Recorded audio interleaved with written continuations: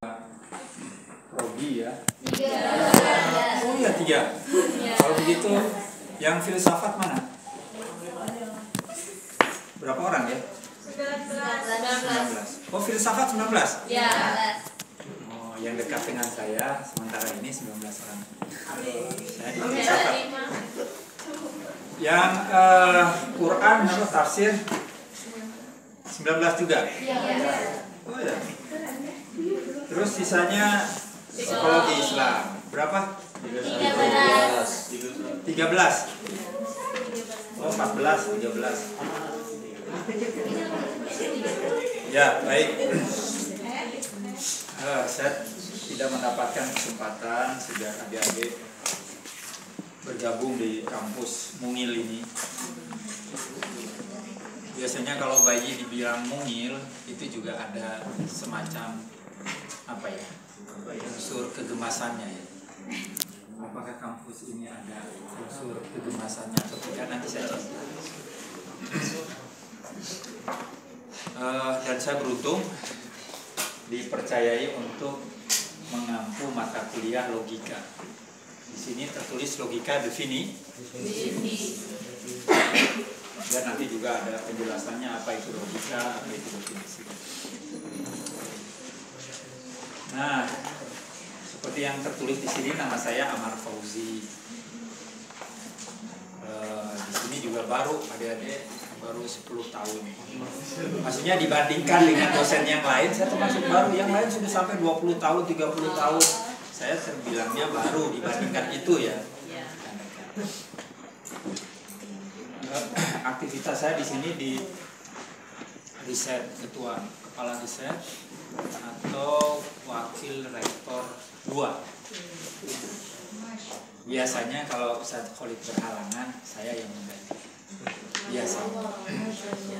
Jadi kalau kemarin misalnya di penataran itu ada kesadraan.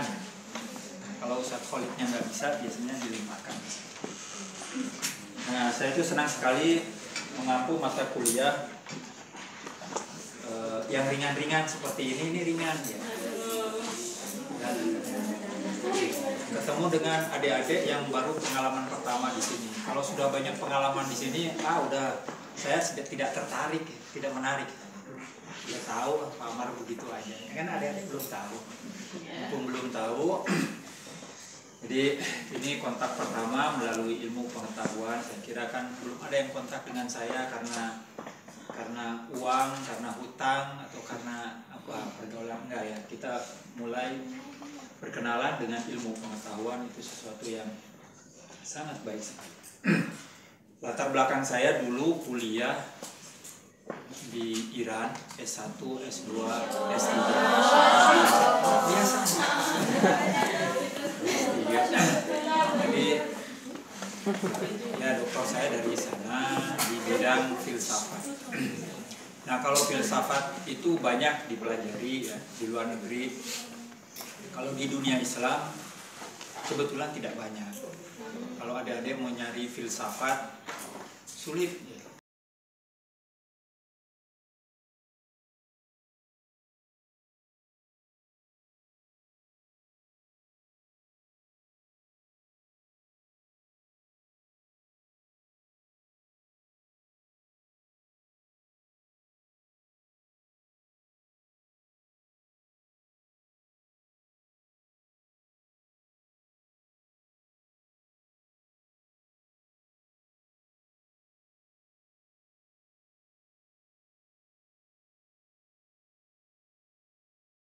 Adik-adik, karena bagaimanapun yang belajar di prodi apapun pasti akan mendapatkan filsafat walaupun porsinya berbeda dengan fakultas dengan prodi filsafat Islam. Nah, jadi saya ke sana itu juga karena kecelakaan, tidak ada perencanaan di awal. Pengennya ke Mesir, karena ke Mesir tidak ada pintu yang terbuka. Pokoknya kemana aja, asal keluar negeri. Akhirnya ya dapat kesempatan keluar negerinya ke Iran, ya udah ke Iran. Itu S3 di sana saya ambil filsafat, tapi di filsafat di sana itu sepaket dengan satu teologi, yang kedua dengan tasawuf. Jadi kalau mau teologi atau tasawuf, insya Allah saya juga bisa ngeladenin. Nah, yang tafsir nanti juga akan berguna. Mudah-mudahan logika ini tidak hanya untuk kegiatan kita mengembangkan ilmu pengetahuan, tapi juga untuk percakapan sehari-hari, untuk literasi media. Adik-adik yang aktif di media, di medsos ya kan punya ya, Instagram punya, Facebook punya ya, itu aktif di sana. Kemudian juga dalam perdebatan, mau lihat videonya siapa yang disukai, mungkin sekarang yang lebih populer ya, Rocky Gerung yang dikenal dengan filosof dan logikawan, atau Pak Fardin Faiz, atau pemikir-pemikir besar lainnya, itu bisa kita mengikuti presentasi mereka, gagasan mereka secara kritis. Jadi sebetulnya ini logika definisi pada intinya bukan hanya semata-mata kita belajar teknik-teknik bagaimana berpikir benar, tetapi juga bagaimana menciptakan, menguatkan kemampuan kita berpikir kritis, ya. Critical thinking, berpikir kritis. Nah, nanti ini biasanya saya agendakan. Saya nggak pernah ngajar logika yang seperti ini sama adik-adik aja sekarang. Biasanya saya di luar untuk anak-anak SMP, SMA, ya kebetulan adik-adik juga baru lulus ya. Bahkan untuk SD itu masih bisa ya, mengadaptasikan logika. Jadi ini juga bisa dipraktekkan oleh adik-adik nanti ya, untuk adik-adiknya di rumah. Untuk mungkin ada yang meminta bantuan untuk mengajar di SD, di sekolah, di masjid, di madrasah, itu gunakan juga logika di antaranya, supaya sejak dini anak-anak itu sudah mau berani berpikir berbeda yang bertanggung jawab, bukan asal beda aja, tapi beda yang bertanggung jawab, itu keberanian. Nah, ini salah satu ilmunya adalah logika, bukan filsafat ya, tapi logika. Nah, biasanya saya itu mengajar kepada anak-anak itu 3. 1, teknik, cara-cara berpikir benar. Yang kedua, cara-cara berpikir salah. Bukan mengajarkan kesalahan ya. Dan nantinya adik-adik jadi pandai berpikir salah, tapi setidaknya pandai mengantisipasi kesalahan supaya kita tidak menjadi korban kesalahan orang lain. Karena logika ini alat. Alat itu apa? Nanti kita diskusikan. Apapun alat itu tidak ada nilainya, maka dia bisa bernilai baik atau buruk. Bisa bernilai benar, juga bisa bernilai salah.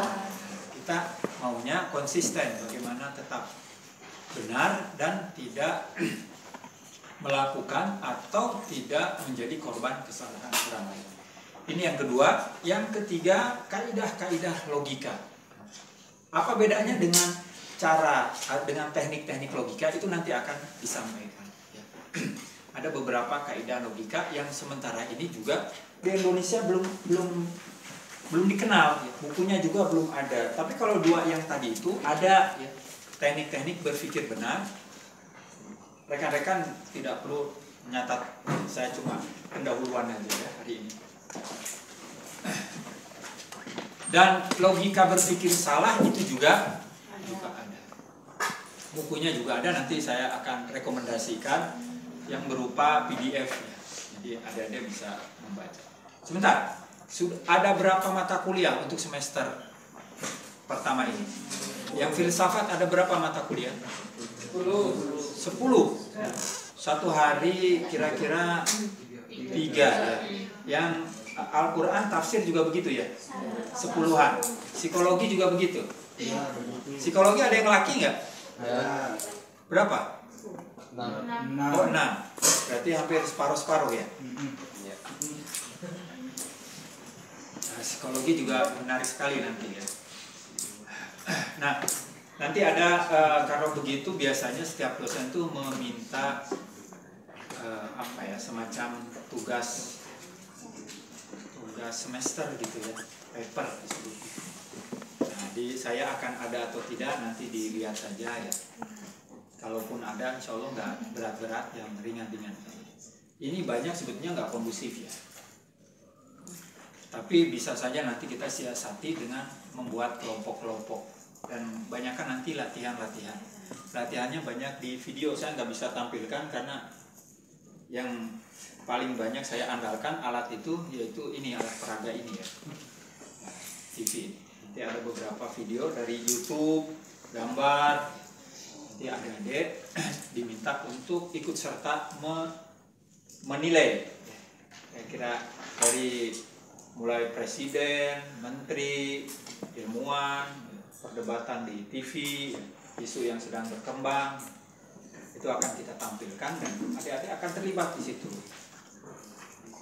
Nah, logika yang ada sekarang itu rasa-rasanya aneh. Coba dilihat keanehannya dari mana. Ada yang sudah belajar logika belum? Mantik logika. Sudah? Pernah dengar logika? Logika enggak, cuman mantik kayak insan hewan ngetik. Dari dulu contohnya hayawanun natik. Emang logika cuma hayawanun natik? Kan enggak.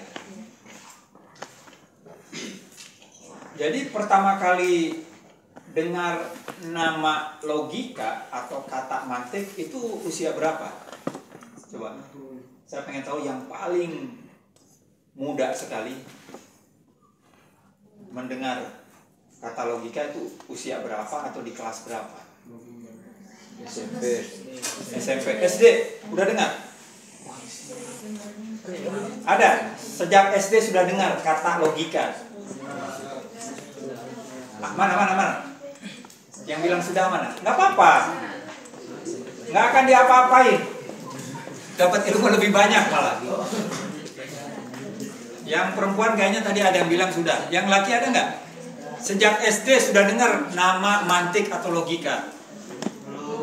Belum ya? Oh, direvisi berarti nih. Kalau begitu minimal SMP kan ya? Rata-rata SMP. Ketika mendengar kata logika di SMP, itu maknanya apa? Apa? Yang masuk akal. Betul itu. Ini nggak logis nih. Ini logis. Maksudnya masuk akal. Masuk akal itu ada sesuatu yang masuk ke akal kita atau gimana? Bisa dimengerti. Dimengerti oleh otak. Apa beda otak sama akal?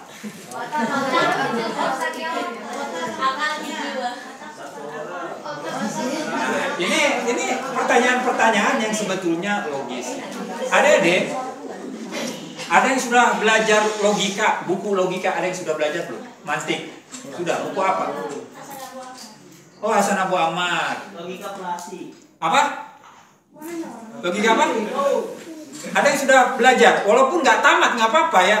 Pernah baca buku itu atau pernah mendengarkan? Ada yang sudah? Kamu sudah ya? Satu. Ada lagi? Sudah. Filosof mantik. Apalagi? Filosof mantik kayaknya Ustaz Abu Ahmad. Udah. Logika kuning. Maksudnya bukunya kuning atau? Oh, dari sadar baru berarti ya? Iya, baru. Coba. Yang sudah baca, yang belum baca, saya nggak nanya ya. Yang sudah baca, karena nasibnya udah jelas yang belum baca. Ya kan nggak ngerti kan? Nggak tahu. Yang sudah baca ini, ngerti nggak? Hah? Berapa persen? 10 atau 5? Ngerti nggak? Lebih dari 50, berarti nggak sedikit dong. Banyak gitu. Ya. Kemudian kamu yang kuning 10%. Adik kita berapa persen yang Anda pahami dari logika? Ya? Kenapa? Enggak, yang warna biru itu tadi begini kan? Iya, kamu 10% ya? Sama ya? Yang sebelahnya gimana? Bersaing sama yang depan. Ada lagi yang di perempuan, kayaknya ada yang baca tadi satu lagi nih. Ada 3 di situ. Oke ya, yang paham 10%. Kenapa pahamnya cuma 10%? Kenapa?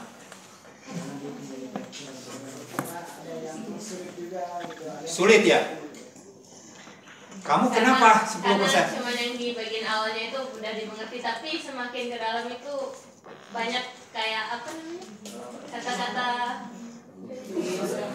apa yang ilmiahnya itu loh, istilah ya. Istilahnya yang banyak susah dimengerti. Terus yang 40 mana tadi? Pojok ya? Kamu 40 bisa berhasil 40 itu gimana itu?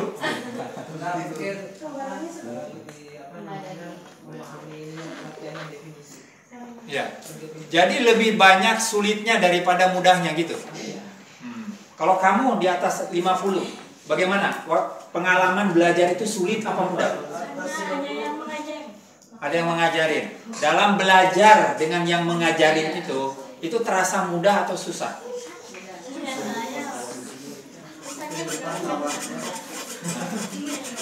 Nih ya, ini satu.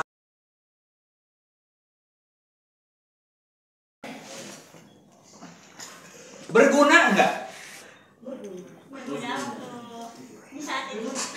Iya.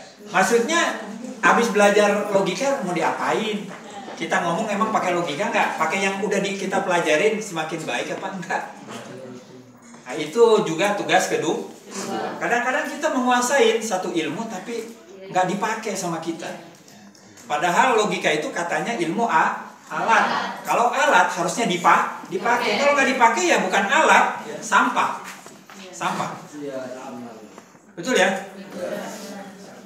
Nah, yang akan kita pelajari adik-adik, kalau ada yang belajar logika yang sudah dipelajari itu diistirahatkan dulu ya. Bukan berarti itu sampah, enggak. Tapi disisihkan dulu karena logika yang akan kita pelajari akan didiskusikan bersama-sama. Itu logika yang relatif baru. Dan insya Allah lebih mudah. Walaupun kalau dibaca sendiri sulit karena memang bukunya belum ada.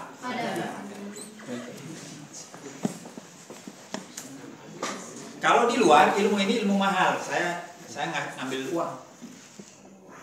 Saya pasang harga. Kecuali untuk anak-anak kecil yang dia memang mau belajar itu free. Tapi kalau dibawa sama orang tuanya bayar. Tapi kalau ada datang anak SD, SMP, SMA, Pak saya mau belajar, itu free, saya yang bayarin. Jadi, ya kalau kamu mau ikut, nanti malam ada saya kelasnya, cuma 4 anak khusus, tapi udah 6 pertemuan, ya, udah 6 pertemuan. Dan pengalamannya ada satu anak autis SMA, ini pengalaman saya, anak SMA, autis dia. Tahu ya anak autis? Susahnya diatur gitu, nggak ada perhatian. Tapi ketika dia ada anak pinter, cuma autis, pinter. Sekarang kuliah dia di UI. Masya Allah. Tapi ya itu sulit diatur. Jalan pikirannya juga nggak bisa ditebak. Ikut kelas saya, ibunya itu ada di situ. Dibawa sama ibunya karena dipaksa, rata-rata yang belajar logika, filsafat sama saya anak-anak itu dipaksa sama ibunya karena ibunya dulu yang suka, orang tuanya dulu, anaknya nggak tahu apa-apa.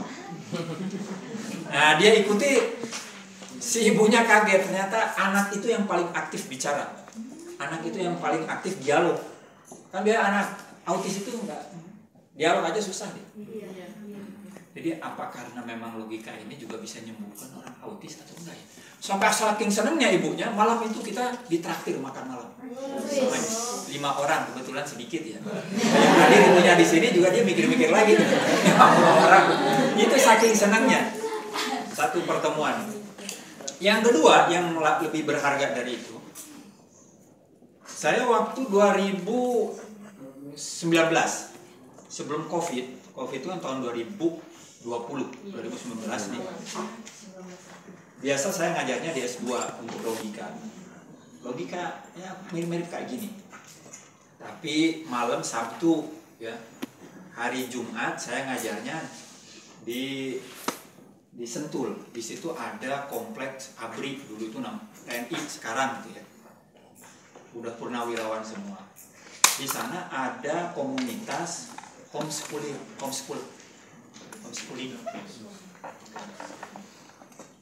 Kira-kira ada 40-an anak-anak SD, usia SMP sama usia SMA, dan 60% non muslim. Ya Allah, anak-anak non muslim itu kok pintar-pintar ya?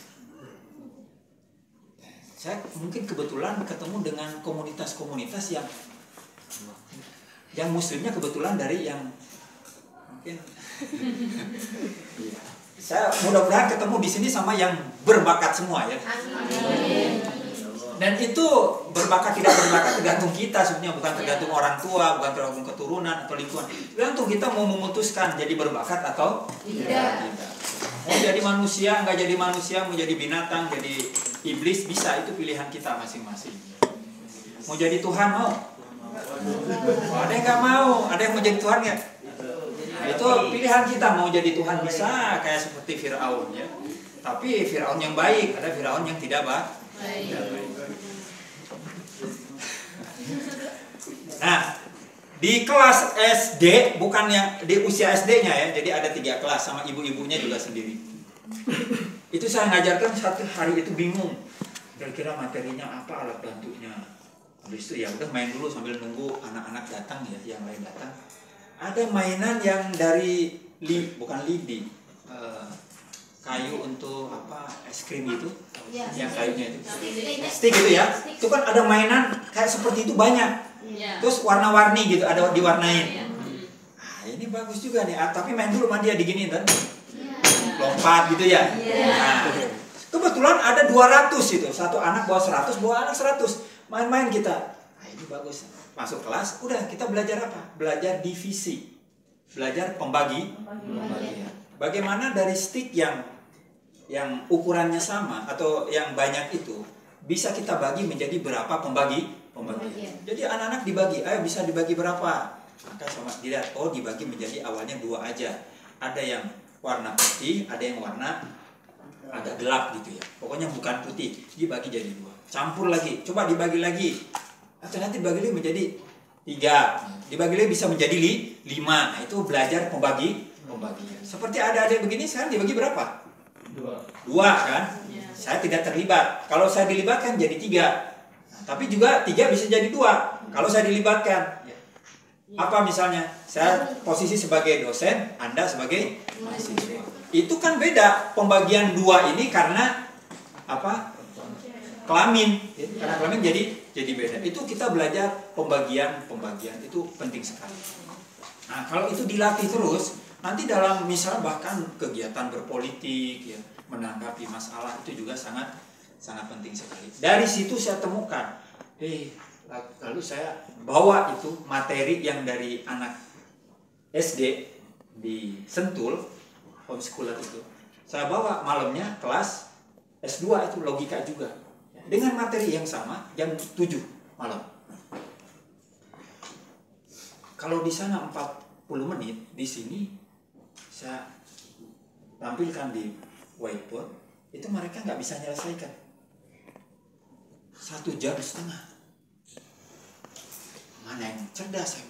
Apa anak-anak itu atau orang-orang karena dewasa ini belum nggak bisa menyelesaikan. Jadi saya sampaikan, ini materi yang kita pelajari ini yang sudah saya sampaikan tadi pagi jam 9 dengan anak-anak SD. Kok mereka selesai 45 menit, kita sudah 1,5 jam belum selesai.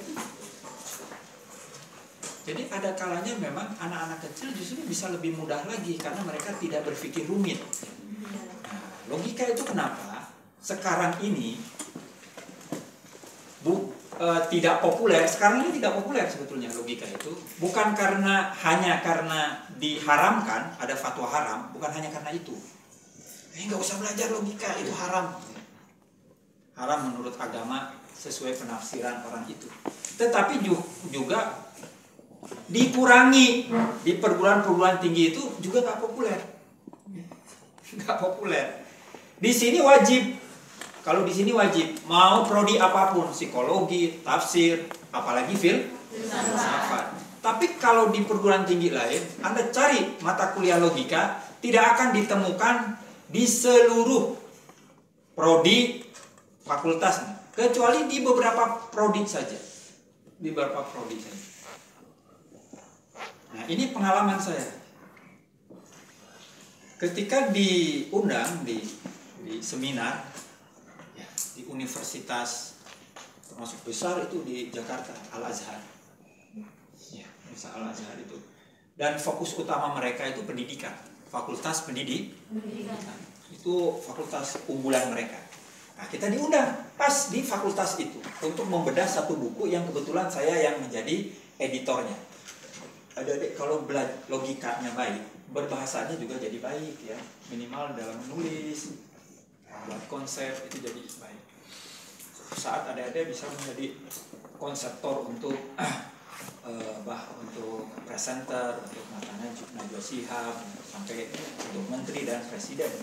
Kalau bahasanya baik, ada runut gitu ya, menyampaikan gagasan. Itu ketika saya di sana, wah ini pendidikan. Saya udah pasti tahu nih di sini nggak ada logika. Jadi kita bertanya ke dekannya kebetulan ya, ketua prodinya itu. Oh di atas prodi itu dekan itu, fakultas.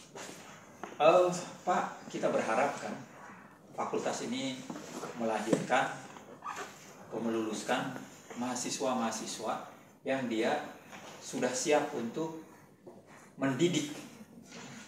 Untuk pendidikan tarbiyah itu berarti mendidik. Pertanyaannya apa yang dididik? Apa yang akan kita rencanakan untuk mengembangkan anak-anak? Apanya kira-kira?